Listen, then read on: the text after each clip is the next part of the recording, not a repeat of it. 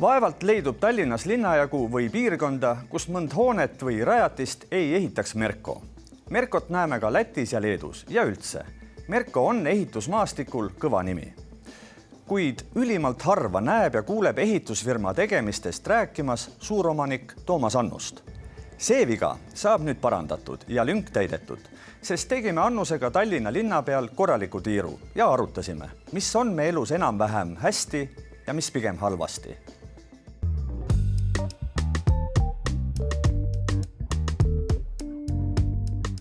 Tänavune koht Äripäeva rikaste topis. Kuidas tundub? Õiglane?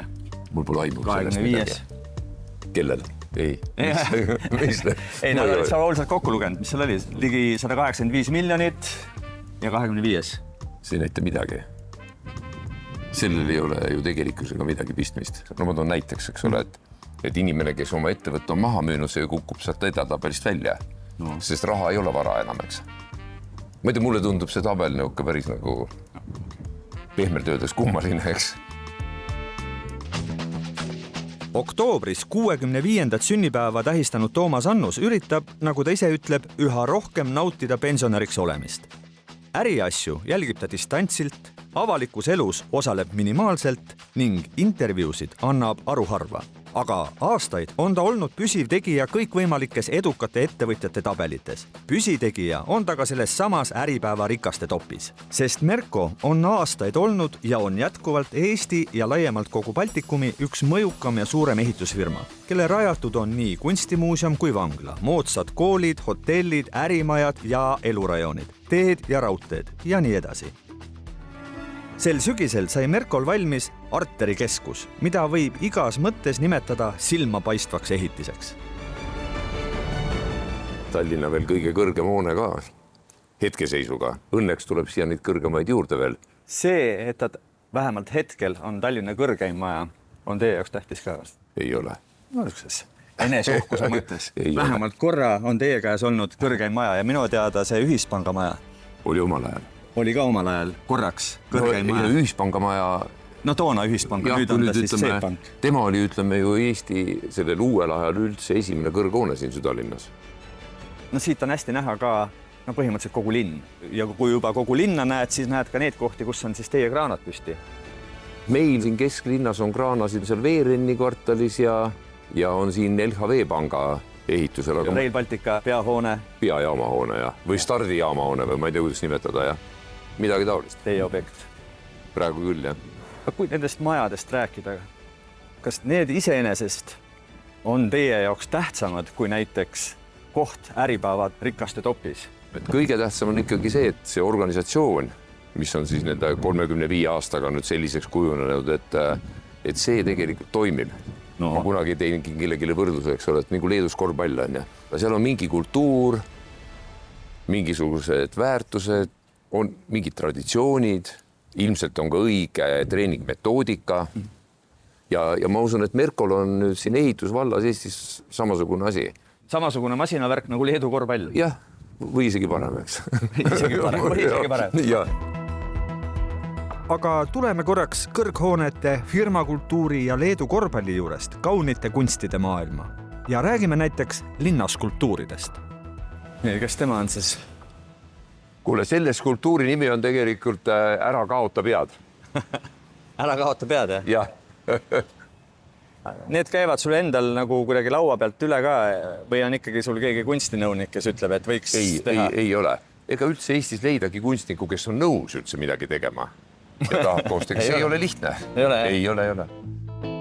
Lihtne või mitte, aga Merko abi ja toega on Noblessneris püsti alumiiniumist Saurus. Vanalinnas Taani kuninga aias 3 munka ning Nordic Hotel Foorumi ees ulub taeva poole pronksist kultuurihunt, kui üksikuid näiteid nimetada. Ja värskelt valminud Arteri kompleksi ees on miniatuursed ratsaskultuurid.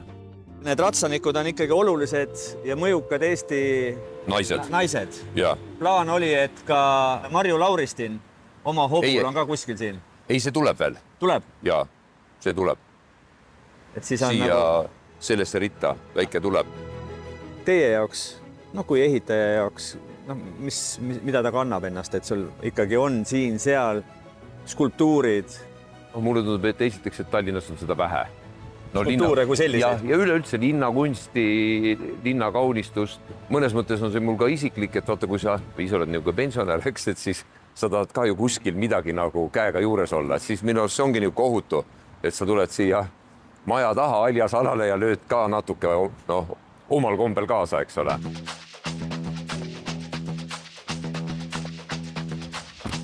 Mööda närvilisi Tallinna tänavaid risteldes peame tunnistama, et Kopenhaageni suguse mugava ja mõnusa linnani on kõvasti arenguruumi.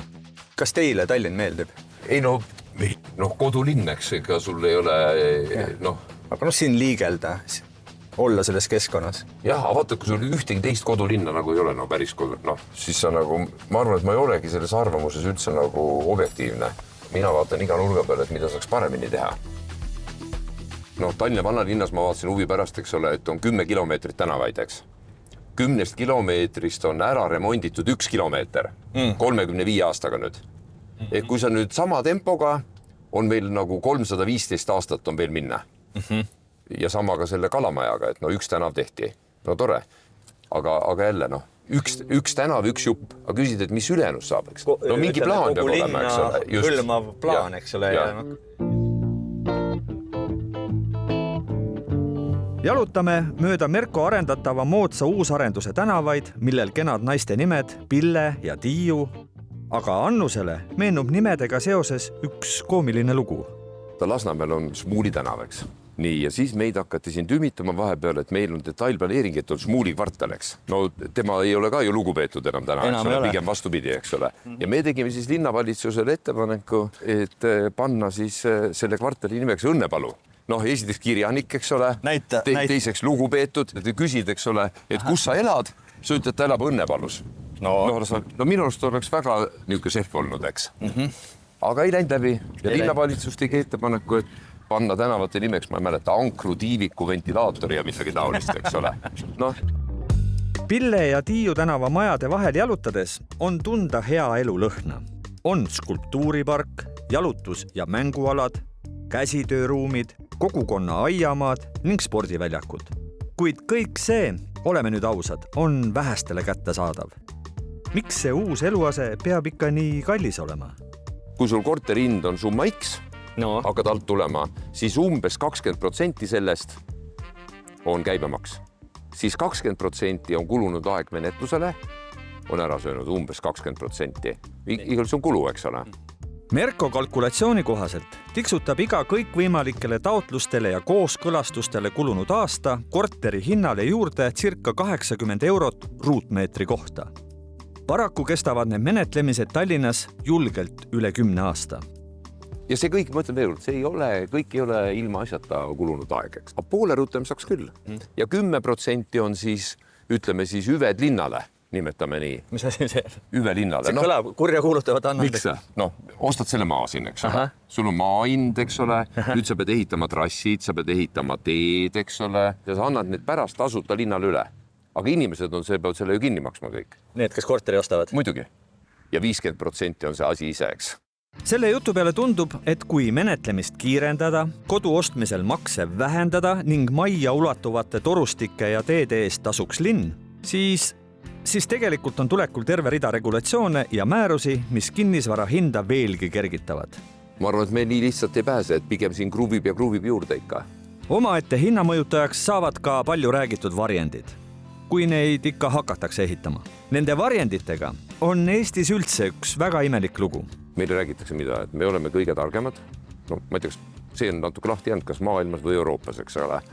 Ja me oleme ainsad, kes teadsid, et venelased on halvad ja võib sõda tulla, on ju. Aga tundub, et me oleme ka ainsad, kes pole ühtegi variandit ehitanud, eks. Ühe oleme Lõuna-Eestis. Aga saad aru, et mina nüüd nagu ehitusfirmas, mina ei ole kuulnud, et isegi oleks projekteerima hakatud. Et nüüd on juba sõda käib 3 aastat, eks. Mitte midagi ei ole tehtud. Mitte midagi. Aga seda sai üksik isik lahendada niisugust asja. Isegi mitte ehitusfirma omanik? Ei. Aga nii kui sa selle varjendi võtad kaua, siis on ka jälle see 10% juures kohe? Kohe. 35 aasta jooksul on Merko, tema sõsarettevõtted ning nende aktsionärid isiklikult panustanud spordi, kultuuri ja hariduse toetamiseks ning annetanud heategevuseks kokku umbes 24 miljonit eurot. Aastaid toetas Merko tippsporti, aga mingil hetkel taandus ja asus üheskoos Eesti Energia ja Swedbankiga arendama üle Eesti terviseradade võrku. Mis põhjusel see sai äkki nüüd selleks südame asjaks? Aga eks ta käib ikkagi enda sellise elu ja harrastuste järgi. Ise ma seal Nõmmel elan. No suusatamine meeldis, metsas joosta käia meeldis, eks ole. Ja siis sa näed seda statistikat ka, eks ole, kui meil on tänaseni vist see tervena elatud aastaid eestlasel 20 aastat on vahet siin Rootsi ja Norraga, eks, et see on tegelikult terve inimpõlv on. Ja minul on nagu selline jälle kirjandusest. No on kujunenud selline arvamus, et nagu mis me saame ise teha, et oleme selliseks sündinud, nagu oleme keegi, eks, aga et 40% on liikumine ja 40% on toitumine. Mis me saame ise teha? Sul peab olema tingimused, et sa saad teha, eks ole, kui sa tahad. Siis peavad olema mingid eeskujud ja sul peab olema mingisugune propaganda. Näed, sporti tehakse. No, jah, mitte kõik ei hävita ennast. Teevad, proovivad, pingutavad. Aga nii on, eks, et see peab olema ikkagi, vedur peab olema, eks. Kogu see struktuur ja see tuleks üles ehitada. Mis siin nii keerulist on? Merko saab 35. Ise saate 65. Kuule, see oli peale tulnud, et tegelikult peaks 100 aastat tähistama. Absoluutselt. On, aga ütleme, on see mingisugune seiklus, on see mingisugune uhkus? Mis asi see on? Juhus. Kui sa võtad niimoodi ajalust tagasi, eks ole. Juhus on see, et ma läksin ehitust õppima, täitsa juhus, eks ole. Et sa oled nagu sattunud, aga juhus ei ole kindlasti see, et sa oled nagu järjepidev olnud, et kui sa sattusid ehitajaks, siis sa jäidki ehitajaks, eks ole. Ma ei ole jooksnud kuhugi, eks. Et minul on see rõõm on see, et nüüd Merko on selline ettevõte, mis töötab. See masinavärk, nagu Leedu korvpall. Loodetavasti tekitas see lugu mõtteid, mida omakeskis edasi arendada. Küllap on neid, kes on Toomas Annusega samal meelel ning on teised, kes pole nõus või teeksid teisiti. Vaielgem siis. Ja seejärel tegutseme. Ainult tegutsedes saab elu paremaks ja linn kenamaks. Kui mälu ei peta, siis just homme, 5. novembril on Merkol 35. sünnipäev. Olgu nad siis õnnitletud ka täistunni poolt.